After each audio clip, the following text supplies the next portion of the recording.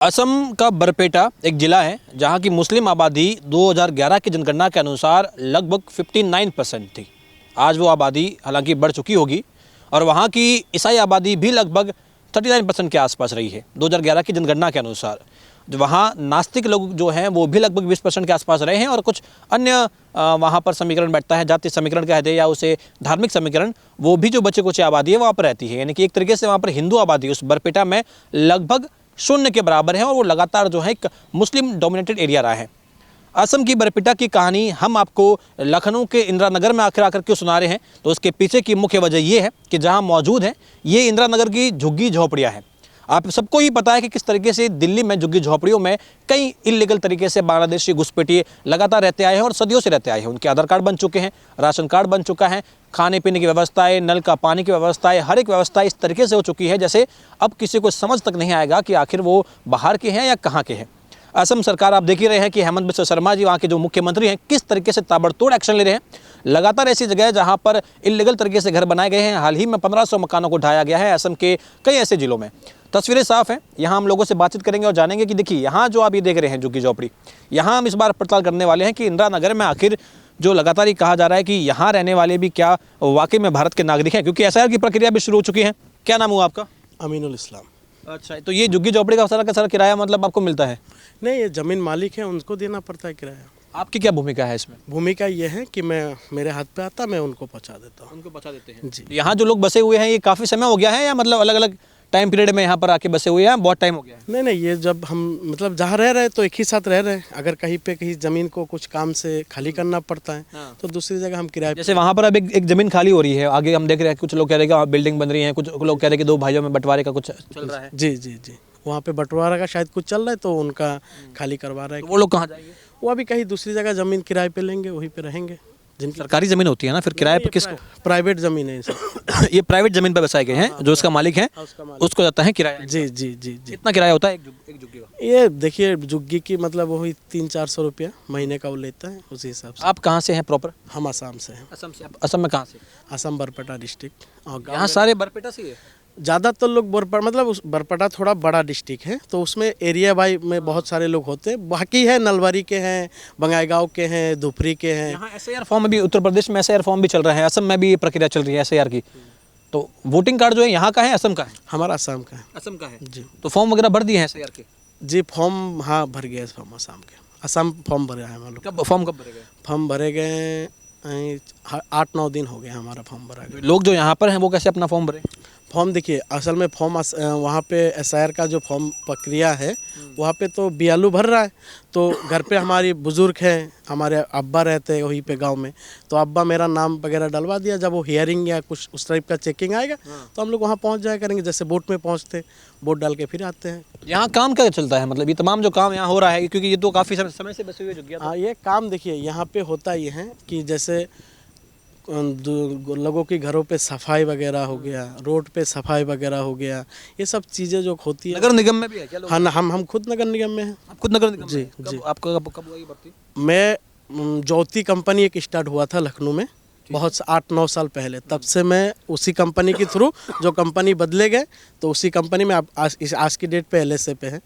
और मेरा जो आसाम का NRC जो बना था वो खुद यहाँ की मेयर साहिबा जो है उन्होंने चेक किया हुआ है। NRC वगैरह आप लोगों का बना हुआ? हाँ, वो मेयर सब खुद आके मेयर जो आपके पास है उसके मतलब पेपर? हाँ, पेपर हाँ है आप बिल्कुल। कहाँ रहते हैं? आसपास रहते हैं? मैं इसी घर में रहता हूँ। चलिए थोड़ा आपका भी अगर हम घर देख ले तो ये किराया लगभग मतलब 2000 रुपये किराया है क्या इनका? मतलब मान चलिए वो होता क्या, जैसे जिनकी जितना जमीन है। मैं आपसे इसलिए पूछ रहा हूँ, आपको भी पता है कि कई ऐसी झुग्गी झोपड़ियाँ होती हैं दिल्ली वगैरह में हो गया, तो वहाँ पर जो है एक तो ये घुसपैठ का मुद्दा भी आ रहा है कि भाई अगर कहीं जैसे कि 10 लोग असम के रह रहे हैं, उनके बीच में एक जो है बांग्लादेशी भी रह रहा है, तो किसी को कानो कान खबर नहीं हो रही है। और अभी SAR का मुद्दा भी चल रहा है, NRC की भी कहा जा रहा है कि भाई SAR जो है NRC का पहला स्टेप है। अमित शाह देश के गृह मंत्री हैं, साफ तौर पर बोले हैं कि जिसका SAR में अगर नाम वाम कैंसिल हो गया वो सीधा NRC यानी कि देश से बाहर कर देंगे हम उसको। गृह मंत्री ने नहीं बोला है। बिल्कुल, हम भी यहाँ आपको लग रहा है कि भाई ये पूरा का पूरा बरपेटा की है लगभग यहाँ पे? देखिए असम के? हाँ, मैं इन सबको पर्सनली घर से जानता हूँ। अच्छा, पर्सनली जानते हाँ, घर से जानता हूँ, उनके घर द्वार सब जानता हूँ पर्सनल। तो मैं इसको किसी तरह तो कह नहीं सकता हूँ हैं? तो आप कि अपनी जिम्मेदारी मानते हैं कि अगर यहाँ पे अगर कल को ऐसा कोई खबर आती है तो जिम्मेदारी आप जी जी जी बिल्कुल लेंगे अगर यहाँ पे कुछ ऐसे निकलती हैं। ये देखिए मेरा एडमिट कार्ड, जो आसाम में मैट्रिक से पहले, जो इंटर से पहले जो एडमिट कार्ड होती है, वो बाकायदा मेरा ये स्कूल सर्टिफिकेट, जो मैं वहाँ पे हाई स्कूल में पढ़ा हूँ उसका सर्टिफिकेट बाकायदा। बाकी इसमें एनआरसी भी है मेरा, वो वोटर आईडी भी है। आप कब आए यहाँ पे लखनऊ? मेरा अब्बा रहता था यहाँ पे। मेरे को आए हुए मान चलिए 10 साल हुआ है मेरे को आए हुए। 10 साल हो गए। हाँ, उससे पहले पापा थे वहाँ पे।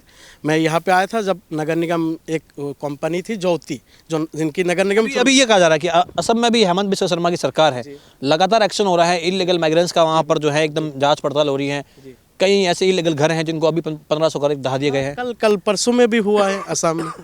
परसों में भी वहाँ पे जो इलीगल है, जो हम खुद चाहते कि देखिए अगर कोई बांग्लादेशी है तो सरकार उसको पकड़े, क्योंकि उनके चक्कर में हम परेशान हो रहे हैं। जो हम इंडियन हैं, जहाँ यहाँ पैदा हुए, पढ़े लिखे, सब कुछ किए, रोजगार के चक्कर में खाली आसाम से यूपी आए हैं, बस इस बात पे हम परेशान हो रहे हैं। डेली यहाँ जमा करो आईडी, वहाँ करो जमा आईडी, भाई हम भी परेशान हैं। हम किसको हाल बताए जाके? आपके हिसाब से भी जो घुसपैठिया है इनका तो मतलब बिल्कुल इनके चक्कर में हम लोग की जीना हराम हो चुकी है। अब ये बताइए अगर 10 लोग ऐसे घुसपैठिया है, उसके साथ 10 लोग और परेशान हो रहा है कि नहीं हो रहा? बिल्कुल हम लोग हो रहे हैं परेशान उसके तो चक्कर ये कैसे आ जाते हैं? आपको क्या लग रहा है? कोई ना कोई इनको लोकल सपोर्ट होता है? लोकल सपोर्ट क्या, ये बिल्कुल सरकार के ऊपर निर्भर करते हैं, क्योंकि हर देश का अलग अलग बॉर्डर साइज होता है। बॉर्डर पे सर हमारी तो गृह मंत्री की वो है ना, वहाँ पे तो वही चीज़ होती है। इन्हीं अगर कुछ होंगे लोकल तो वो बड़े अधिकारी लोग होंगे, उसके नीचे हम हमारी जैसे आम आदमी तो वहाँ बॉर्डर पे खड़े नहीं हो सकते, बीएसएफ वाले तुरंत भगाएंगे वहाँ से। तो वो होगा कोई ऊपर, हम लोग उतना उसके ऊपर। अभी यूपी में भी हम देख रहे हैं योगी जी लगातार जो है, आप लोग मुस्लिम है इसलिए पूछ रहा हूँ कि वंदे मातरम की बात चल रही है यूपी में कि भाई मुसलमान वंदे मातरम वगैरह बोलते हैं। अच्छा सुनिए, मैं जब एमई स्कूल गया था तो उस टाइम पे सुबह प्रार्थना होती थी हम लोग की, बाकायदा हम वंदे मातरम बोलते थे कि नहीं बोलते थे ये बताइए? तो अगर वहाँ मैं बोल सकता हूँ, यहाँ की कौन सी वो हो गया कि नहीं बोल सकता? लोग कहते हैं कि मुसलमान के लिए हराम हो गया है, मुसलमान नहीं बोलता है। देखिए हराम तो हम अगर अपने धर्म के हिसाब से जाएंगे, ऐसे ऐसे हराम है। मेरी वाइफ अभी बुर्का नहीं पहनी है, मेरे धर्म में कहता है बुर्का पहन के बैंक रखना, ब्याज पे ये सब हाँ ये सब हराम है। वो सब कर रहा है, बस एक वंदे मातरम के पीछे राजनीति जिसको करना है वो करता है। भाई हम लोग को राजनीति से मतलब नहीं है। वो तो हराम बहुत चीज़ें। अभी मेरे साथ दोस्त मुस्लिम काम करते, दारू पी रहा था, बिल्कुल हराम है, नहीं पीना चाहिए। पी रहे हो तो उसमें हराम ही नहीं दिख रहा है। बस एक ये चीज़ वंदे मातरम बोलने, मैं 10 बार बोल दूँ, मैं सुबह से शाम तक बोल दूँ, मुझे कोई उससे फ़र्क नहीं पड़ता। ये लोग जैसे अभी मौलाना मदनी है, कहते हैं कि अरे जिहाद को लेकर के कह रहे हैं कि जुल्म होता है तो जिहाद होता है, और वंदे मातरम जो है मुसलमानों को दबाने के लिए किया जा रहा है, वंदे मातरम हराम है, ये ऐसी जो बातें करते हैं। देखिए मेरा नाना जी एक मुंशी थे, मतलब गांव का पूरा मौलाना था, तो उनका एक कहना था कि सबसे बड़ी इंसानियत है, अगर इंसानियत के हिसाब से तुम्हें झूठ बोलना पड़े बोल देना, वो देख लिया जाएगा। कुछ अच्छा करने कुछ किसी का बुरा होता है, ठीक है, कोई मतलब नहीं। तो हमें बंदा मातरम या वो जिहाद वाली बात, वो सबसे कोई मतलब ही नहीं है। हमने ये सीखा ही नहीं कभी ज़िंदगी में कि, और मुझे ये भी नहीं पता जिहाद होता क्या है। जिहाद से हमें मतलब क्या है? हमको खाना पीना, मैं नहीं करता हूँ, मेरे साथ जो लड़का काम करता है वो हिंदू है, यही क्या है, वाल्मीकि है। मैं उसके साथ अपने घर वालों से ज़्यादा उनके साथ रहता हूँ। सुबह 5 बजे ड्यूटी मेरा, 3 बजे मैं घर आता हूँ, तो पूरा दिन उनके साथ मैं रहता हूँ। तो बिल्कुल रह रहे हैं, हमें कोई दिक्कत नहीं। सब ऐसे मदनी बनने की सब राजनीति है भैया, बाकी कुछ नहीं। हम लोग देखते हैं मोबाइल पे आता है, जैसे बात होती है हंसी आती है कि यार क्या कहाँ से क्या बोल रहा है। बाकी आपको यहाँ लग रहा है क्योंकि अभी लगातार गवर्नमेंट कह रही है यहाँ, तो ऐसा अभी ये भी प्राइवेट ज़मीन है क्या? हाँ ये प्राइवेट ज़मीन है। कौन है इसके मालिक? कौन है इनका मालिक? प्रेजेंट टाइम में किरण वर्मा जी हैं, जो यही के हैं, गाँव के हैं। अच्छा जी, ये पूरी उनकी प्रॉपर्टी? हाँ उनकी प्रॉपर्टी है। तो अगर वो कल को बोल देते हैं कि भाई यहाँ मेरा कुछ हो रहा है तो फिर? हाँ वो कहती है, ऐसा नहीं है नहीं कहती हैं, हम लोग से बातचीत होती है, तो उनके अगर कुछ काम है आगे जाके तो हमको 2-3 महीना वो पहले बोल देगा कि बेटा ऐसा है कि यहाँ पे हमको कुछ काम कराना है, तो कहाँ शिफ्ट करेंगे? हम शिफ्ट क्या, कहीं जगह नहीं मिलेगा। तो देखिए अब लखनऊ में ऐसा तो नहीं, गांव देहात में हम रह रहे हैं, ज़मीन बहुत हैं, सब में तो सब्जी उगेगा नहीं। जो जहाँ पे इस समय हम खड़े हैं एक जंगल था, बिल्कुल जंगल था, इसमें बाबुल के पेड़ वगैरह सब लगे थे, तो वो सब साफ करके हम रह रहे हैं। तो उनका भी जो ज़मीन को हम साफ सुथरा रख रहे हैं, उनका भी वो काम के लायक बना रहे हैं उस चीज़ें, तो वो लोग वो सब चीज़ों में नहीं करते हैं कि नहीं ठीक है। वो हम लोग के ऊपर दबाव नहीं डालते, पहली बात। हाँ किराया देते हैं हम लोग, अगर कहीं किसी महीना लेट हो गया तो भी दबाव नहीं देते हैं, क्योंकि हम जब ज़मीन लिए थे तो हमारी ज़मीन मालिक का यही था कि देखो भाई तुम बंगाली बोलते हो तो कुछ है तो तुम अपना आईडी वगैरह सब दिखाया करो। तो हमने आईडी, और यहाँ पे माना चौकी पे अगर जाएंगे आप, माना चौकी पे आप जाएंगे सर, वहाँ पे कम से कम मैं 10 साल में 5 बार आईडी अपना जमा कर चुका। करा चुके हैं चौकी में। बिल्कुल, चौकी में आप जाएंगे, बोरी में लदा अभी होगा। पुलिस वगैरह अभी आई है क्या? अभी बीच में कुछ आया हाँ, है हाँ, पुलिस वाले आए थे, बीच में आए थे, हम लोग खुद। अच्छा ये बताइए, जब चौकी में पुलिस आते हैं या दरोगा जितने जो भी लोग होते हैं, तो हम बाकायदा उनसे, वो लोग आते हैं यहाँ पे, देखता है, सब कुछ चेक करके जाता है। अगर ऐसा ही कुछ घुसपैठिया मान चलिए, तो यहाँ हम खुद कह रहे हैं 10 साल से हम रह रहे हैं ऐसे झुग्गी में रह रहे हैं। ये छुपने का जगह तो है नहीं भैया, झुग्गी दिखता सबको है। तो अगर ऐसा कुछ होता तो कब के हम निकाले जाते या कुछ। आप ये कह रहे हैं कि यहाँ ऐसा कोई भी मसला नहीं है, मतलब ये कह रहे हैं कि 10 साल से हैं, कई लोग और भी पुराने तरीके से यहाँ पे रहते हैं। आप भी यहीं पे रहते हैं? क्या नाम है आपका? मेरा नाम साबिद अली सर। शहबत अली, कहाँ से हैं आप? असम का रहने वाला। आप असम में कहाँ से हैं? असम बिजनी सिरैन डिस्ट्रिक्ट है, गाँव बागरगाँव, बिजनी थाना। तो आपको कितना समय हो गया रहते हुए? हमारे यहाँ लगभग 1 साल हो गया। एक साल हो गया? हाँ, मैं ड्राइवर हूँ, नगर निगम में ड्राइविंग करता हूँ। नगर निगम में ड्राइविंग कर रहे हैं? हाँ जी। तो यहाँ मैक्सिमम लोग नगर निगम में लगे हुए हैं क्या? सारे नगर निगम के काम करते हैं। मियार साहिबा जो है एनआरसी लेके हम लोग को ज्वाइनिंग करवाए। मियार साहिबा जो है यहाँ के, उन्होंने बाकायदा एनआरसी चेक करा के हम लोग की ज्वाइनिंग कराए सर। अच्छा, आप भी नगर निगम में हैं? क्या काम करते हैं आप? ड्राइविंग। आप भी ड्राइविंग करते हैं? आप कहाँ से हैं?